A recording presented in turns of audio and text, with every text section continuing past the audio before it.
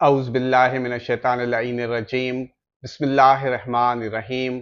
تمام تعریف اس ذات واحد کے لیے جو بولیں تو سنتا ہے اور نہ بولیں تو جانتا ہے، اور بے شمار درود و سلام ہو محمد و آل محمد پر، جن کے طفیل اللہ رب العزت جل شانہ تمام مخلوقات عالمین پر مہربان ہوتا ہے۔ ناظرین کرام، السلام علیکم ورحمۃ اللہ وبرکاتہ۔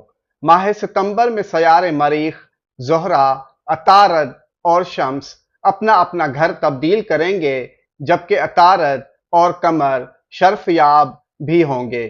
ماہ ربیع الاول کا بابرکت چاند بھی مختلف بروج میں اپنی سعادتیں اور برکتیں بکھیرے گا، اور ماہ ربیع الثانی کا چاند بھی ماہ ستمبر کے آخری ہفتے میں اپنے نئے سفر کا آغاز کرے گا، مگر 7 ستمبر کو لگنے والا چاند گرہن اپنے نحس اثرات بھی قائم کرے گا۔ ہم نے اپنی پچھلی ویڈیو میں برج حمل سے برج سنبلہ تک سیاروں کی ان گردشوں کے اثرات کا جائزہ لیا تھا۔ آج ہم برج میزان سے برج حوت تک جائزہ لیں گے۔ سب سے پہلے ہم بات کریں گے برج میزان لبرا کی۔ آپ تخلیقی منصوبوں کو وقتی طور پر ملتوی کریں، سفر اور کاغذی امور میں فائدہ ملنے کا امکان ہے۔ آپ کو کوئی ایسا شخص مل سکتا ہے جو آپ کی زندگی بدل دے گا۔ اخراجات میں اضافہ رہے گا۔ ستمبر کے وسط سے مالی حرکت تیز ہوگی، شراکت داری میں فائدہ ہوگا، نئی نوکری اور پروموشن کی راہ ہموار ہوگی۔ ساتھیوں یا پارٹنرز کے ساتھ مل کر کوئی نیا پلان بن سکتا ہے، مگر جذباتی فیصلوں سے بچیں یا لطیفوں کا کثرت سے ورد کریں۔ منگل کے دن حسب توفیق سرخ دال یا کھجور کسی مستحق کو دیں، انشاءاللہ حالات آپ کے حق میں بہتر ہوں گے۔ اب بات کرتے ہیں برج عقرب اسکارپیو کی۔ آپ کی آمدنی اور اخراجات کا توازن بگڑ سکتا ہے۔ ملازمت پیشہ افراد کے لیے اضافی آمدنی ممکن ہے۔ کام کے دباؤ کے باوجود یہ مہینہ آپ کی صلاحیتوں کو نمایاں کرے گا۔ نیا ٹارگٹ یا پروجیکٹ ملنے کا امکان ہے۔ اچانک سے روزگار کے نئے مواقع حاصل ہو سکتے ہیں، یا حفیظوں کا کثرت سے ورد کرتے رہیں۔ جمعرات کے دن حسب توفیق کسی مستحق کو گوشت صدقہ کریں، انشاءاللہ آپ کی امیدوں کے مطابق نتائج حاصل ہوں گے۔ اب جائزہ لیں گے برج قوس سیجیٹیریس کا۔ آپ کے لیے نئی آمدن کے دروازے کھلیں گے، اخراجات بڑھیں گے، مگر کل ملا کر فائدہ ہی رہے گا۔ یہ وقت قسمت آزمانے کا ہے۔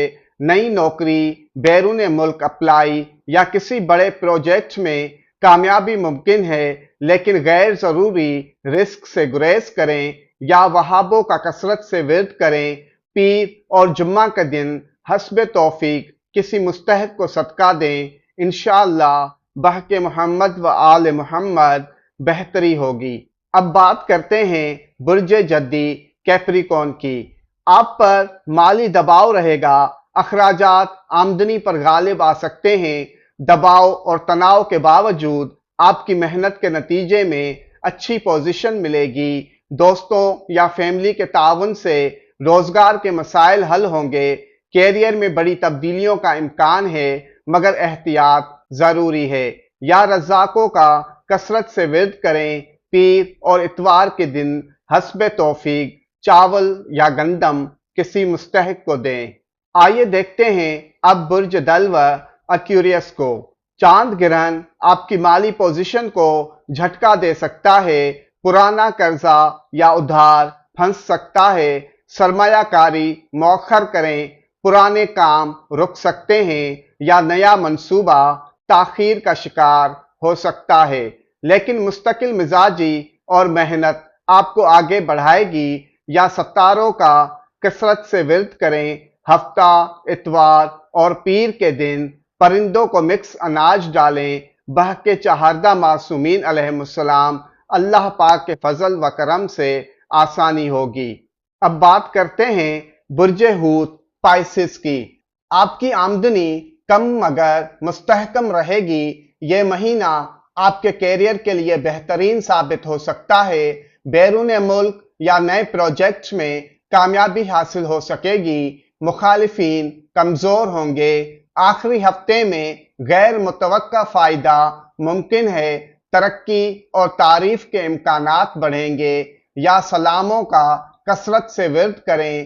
ہفتہ اور اتوار کے دن حسب توفیق کسی مستحق کی مدد کریں، انشاءاللہ حاسدین کے شر سے محفوظ رہیں گے۔